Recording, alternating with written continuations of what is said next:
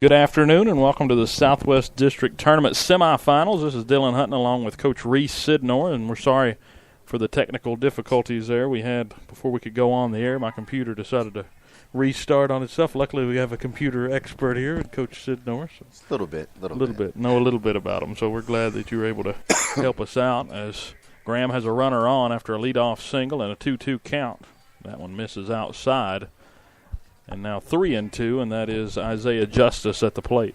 Good thing is you tune in, you're right into some action. Yeah, right in. We didn't miss much at all. One pitch. It looked like it was going to be or one batter. It looked like it was going to be a lot worse there for a little bit. This one fouled back. And still 3-2. Nobody out and the runner on first. Again, this is the Southwest District semifinals. On this warm afternoon in Bristol, game 1 of 2 from Boyce Cox Field as the pitch is on the way. 3-2, line down the left field line, curving just inside fair, down the line into left. Extra bases for Justice. They'll hold him at third. They'll hold Spencer at third, and runners 2 in scoring position on the double there. I speak about this all the time, but when if you're kind of like the underdog right now, be aggressive right there. I mean, that's a double. There's no reason why that kid on third shouldn't have scored, or at least try to score there. Get on the board early. So second and third still scoreless, and Cameron Allen, the shortstop, comes to the plate in a big spot. Like we said, the Southwest District Tournament. Graham playing with a season on the line. They need to win the tournament to make it, I would imagine, into the postseason. And that's what I'm talking about. Be aggressive. I really do believe the kid could have scored. I mean, they got the ball in, and he was standing on third. I think, send him. I mean, it takes a good throw at home to get you out. Send them.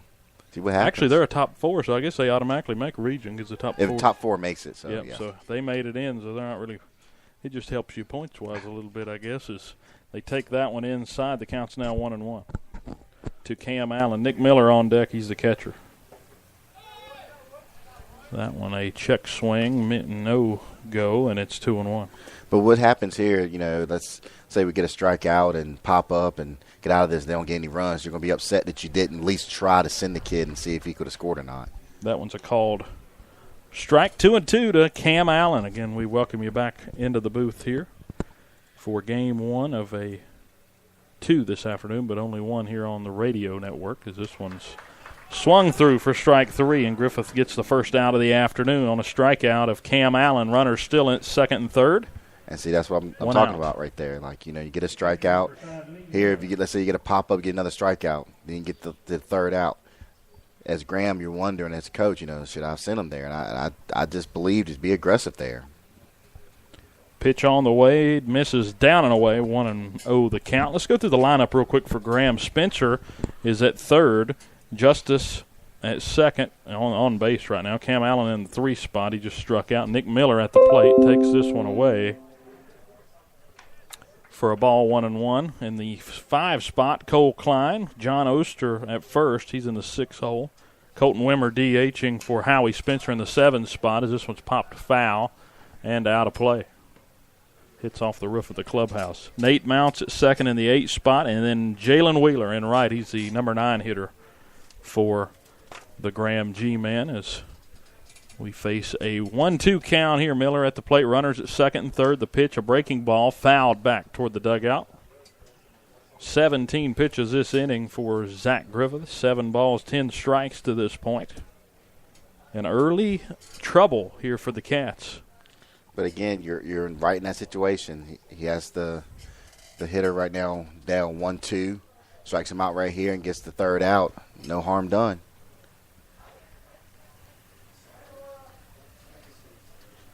Again, a sunny afternoon, a decent crowd here for an early 5 o'clock start. Pitch on the way. This one misses outside. Good play by Mouse to get out there and get to it. 2-2.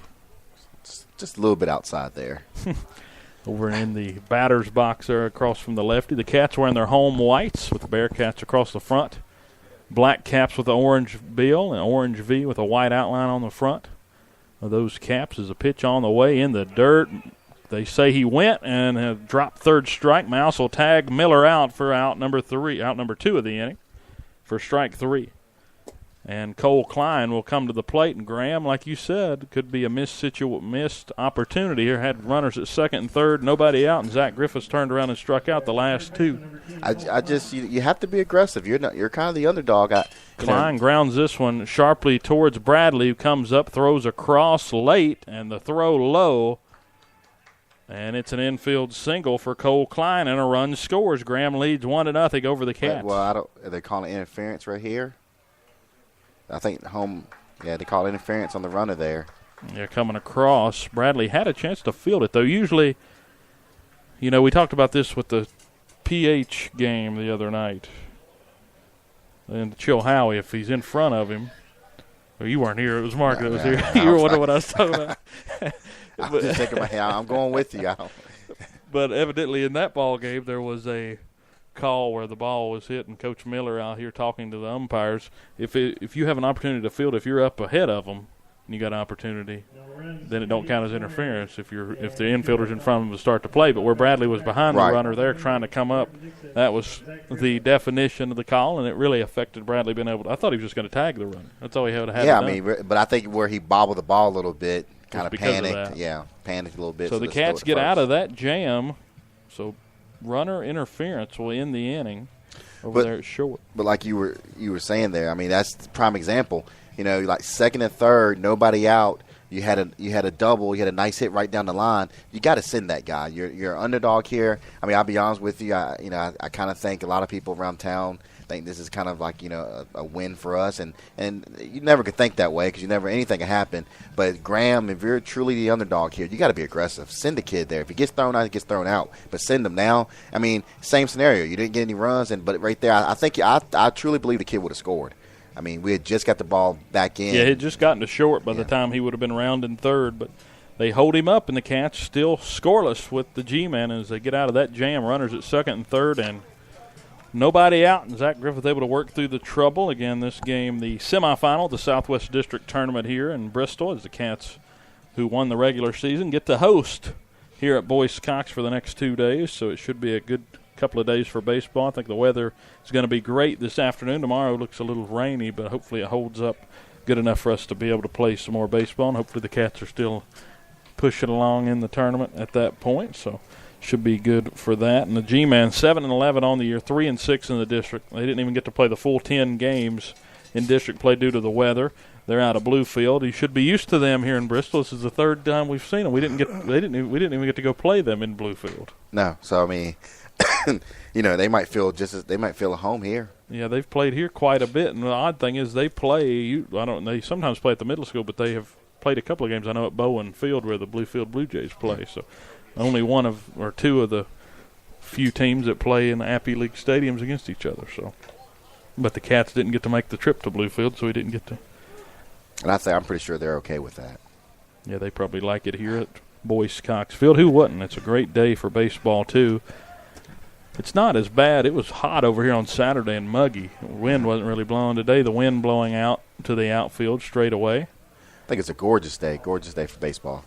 Graham wearing their gray pants with yellow tops and maroon numbers.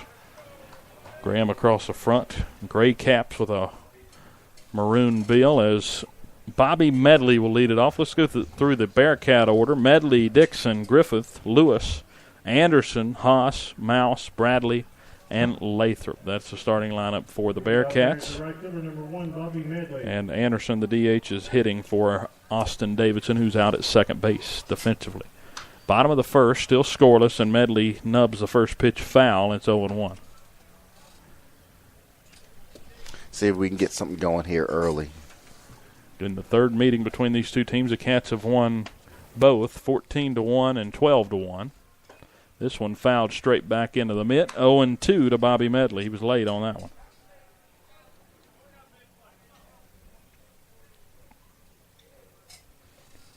Here's the 0-2 wind and fire. This one misses down and away. Ball one. Medley hitting .293 on the year. He's been walked 9 times, struck out 11. 18 runs scored on 17 hits as this one's hit foul down the third base line, and still 1 ball, 2 strikes to Bobby. The pitcher on the mound for Graham is Howie Spencer, number 13. Spencer dealing here with a 1-2 count as he steps off the rubber. Could have had a lead to work with, but Cats able to get out of that jam in the first. This one popped high in the air on the infield over on the first base side. The second baseman coming over, that's Mounts, and he dropped it. Hit off the front of his glove and rolled all the way back to the pitcher's mound. So an E4 against Graham, and Bobby Medley gets on regardless, even just the pop out. And that's one of those outs you got to have in a game like this. Yeah, prime example right there. That's why you got to run everything out. But you could tell, like I was about to say, he didn't look comfortable underneath that pop-up. Like he's kind of drifting a little bit. It just didn't look comfortable. He didn't have his feet really set underneath him, and just kind of one of those things where it was like he was going to either drop it or bobble it. And exactly what happened, and man, Bobby's on first. Yeah, Bobby got away with that one as he's over at first base, and Jordan Dixon to the plate. Bobby's going to go, shows bunt, pulls back, it's a strike, throw down, not in time, close. But the tag was late from Allen, and that's a stolen base for Bobby Medley. You give him the free first, he's going to take second, and he does there. Now, with the runs that we've scored against Graham this year, you can't give us extra outs. And right now, here's a scenario. You got a guy on second, nobody out, and they should have one out, nobody on. Especially when you know that, yeah. As Dixon shows bunt, but the pitch gets away as he pulls back. Miller couldn't get to it, and it goes to the backstop, and Medley over to third base. And there's a difference right there. I think, we talked about being aggressive. Right there, he steals on the first pitch. Second pitch, ball goes behind and gets by the catcher. He's on third already. And just like that, he's 90 feet away from giving the Cats a 1-0 lead as Dixon faces a 1-1 count and an RBI spot for Jordan. Pitch on the way. This one a late swing on a fastball. He kind of loaded up on that one. It's 1-2. Dixon 15. This would be his 15th. Take that back. I'm looking through the stats here. If he can drive in Medley, it'd be number 14 in the RBI column as he's late there for strike 3. So Dixon goes after a fastball down and away. Not the best swing we've seen from Dixon. No, and I think maybe right there he's maybe a little bit too aggressive there in that at bat, but still, you only have one out, guy on third. If we can get a ground ball right here, I'm pretty sure Coach Daniels will send Bobby. And that's the. I just feel you have to be aggressive in these type of games. Got to go for it. Got to test them too. Again, it's the 4 seed versus the 1 seed here in the semifinals. Still scoreless, but the Cats have a runner at third with one out as Griffith takes a first pitch fastball for a strike, 0-1. See if the Cats can take advantage here as Medley got on by way of a pop-up error by the second baseman, then stole second. A wild pitch got him to third, and that was all in 3 straight pitches. This one popped foul and out of play, 0-2 to Griffith. If I'm the pitcher here, of course, Bobby doesn't really have a big lead. But, just maybe throw over and never know. Maybe catch Bobby sleeping a little bit. But he doesn't really have a big lead. But, I mean, Graham, to me, you got to try to do everything to stay in this ball game early.